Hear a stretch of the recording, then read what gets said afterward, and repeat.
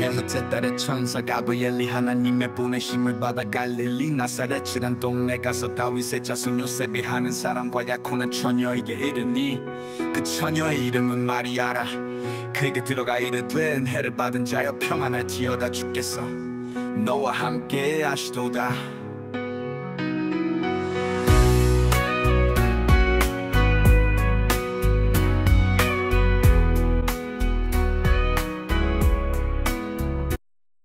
누가복음 1장 26절로 38절입니다.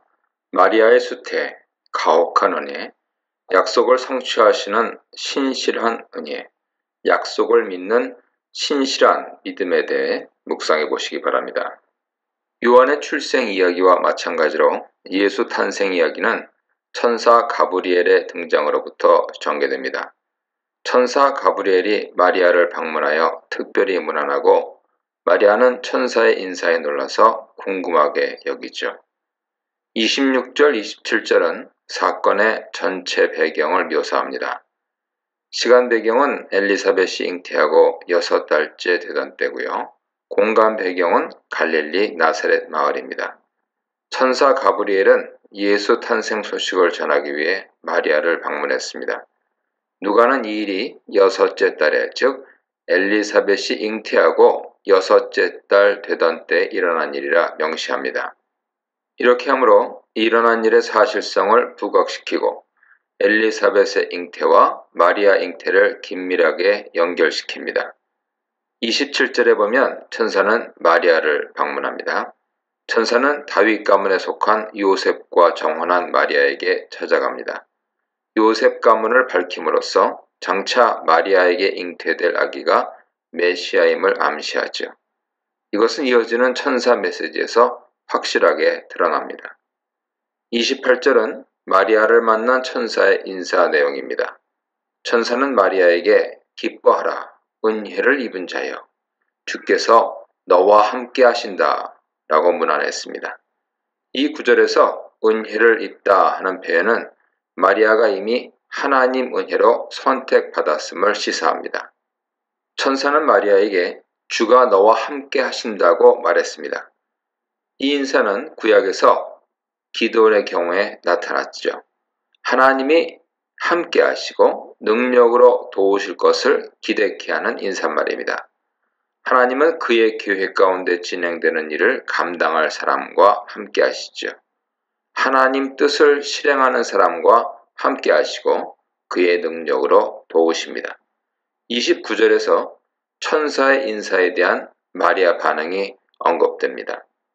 마리아는 천사의 평범하지 않은 인사에 몹시 놀랐습니다. 그러한 놀라움은 도대체 그 인사말이 무슨 뜻일까 하고 궁금하게 여겼다는 사실에 의해 더 강화되죠. 마리아의 놀라움은 경외의 마음을 함축하는데 천사의 나타남에 놀랐던 사가랴의 경우와 동일합니다. 30절 이하 본문은 예수 탄생과 그의 정체성에 관한 천사의 메시지 내용입니다. 천사는 자신의 인사에 놀란 마리아를 안심시키고 예수 탄생에 관한 메시지를 전달합니다.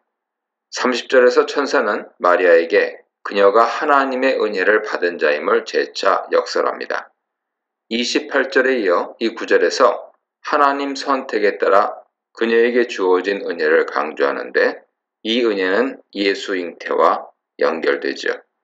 하나님의 은혜를 입다라는 관용적인 표현은 은혜 받을 자에 대한 하나님의 자유로운 선택을 강조합니다. 하나님은 가나안 정복을 앞둔 모세에게 나타나셔서 말씀하셨습니다. 나는 은혜 베풀 자에게 은혜를 베풀고 불쌍히 여길 자를 불쌍히 여길 것이다. 출애굽기 33장 19절 말씀입니다. 하나님은 지금도 은혜 받을 자에게 아낌없이 은혜를 베푸시죠. 하나님의 계획에 따라 그의 뜻을 이루어 갈 자에게 은혜를 베푸십니다. 31절로 33절은 예수 탄생과 그의 정체성에 관한 천사의 메시지입니다. 31절은 마리아의 잉태와 태어날 아들의 이름에 관한 메시지죠. 천사는 태어날 아들을 예수라 칭하라 명령했는데 그 이름은 하나님이 구원하신다라는 뜻입니다. 32절, 33절은 예수의 정체에 관한 메시지로 크게 두 부분, 지극히 높으신 자의 아들, 그리고 다윗의 보좌에 앉아 이스라엘을 다스릴 자로 나뉩니다.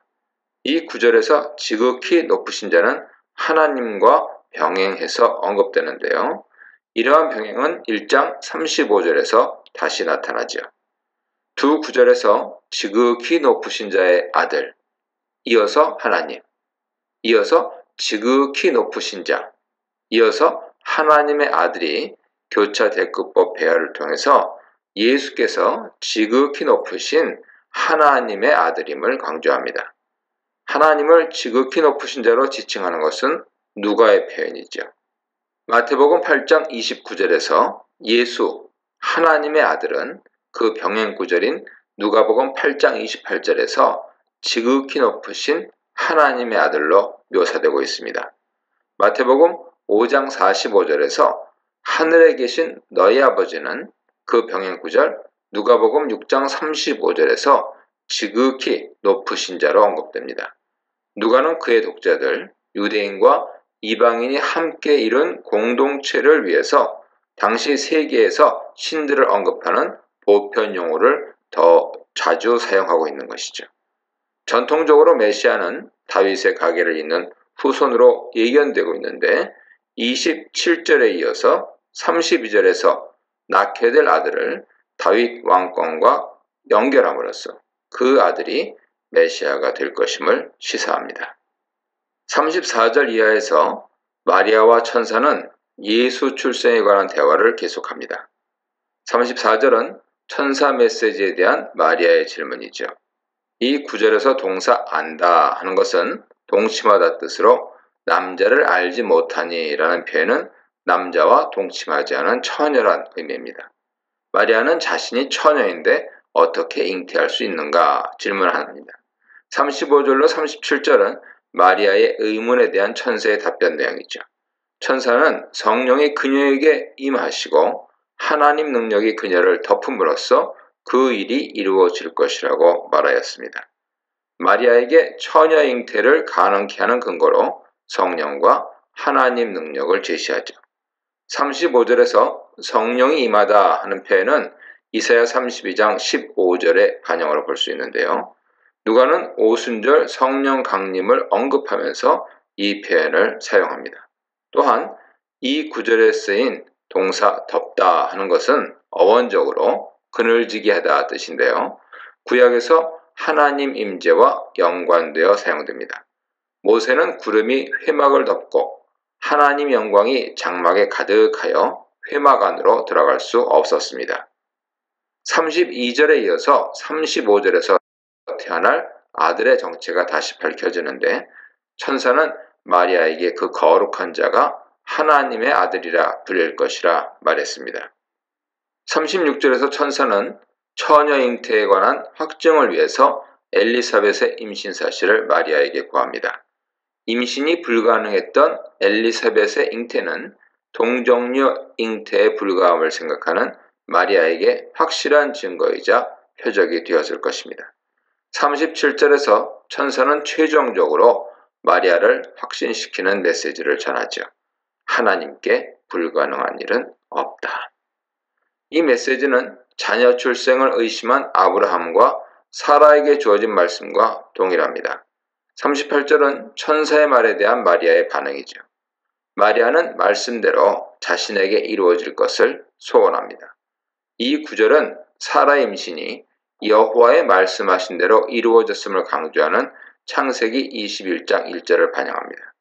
이제 그녀는 천사 메시지에 수긍하고 하나님 뜻을 겸손하게 받아들이죠. 여기 여종은 여자 노예를 뜻하는데 마리아의 철저한 순종을 함축합니다. 갑작스러운 천사 방문에 마리아의 태도는 당혹스러움에서 시작해서 의심의 과정을 거치고 이제 전적인 순종으로 귀결하게 됩니다. 예수의 동정녀 탄생은 예수 그리스도에 대한 신앙 고백의 핵심 요소 가운데 하나죠. 그런데 누가는 본문에서 동정녀 탄생의 확실성을 보증하는 여러 자료를 제공합니다.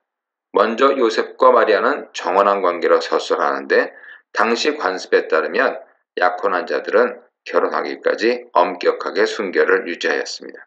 천사는 마리아에게 그녀가 하나님의 은혜를 입은 자라고 거듭 강조하는데 내용상으로 그 은혜는 동정녀 잉태와 관련되죠.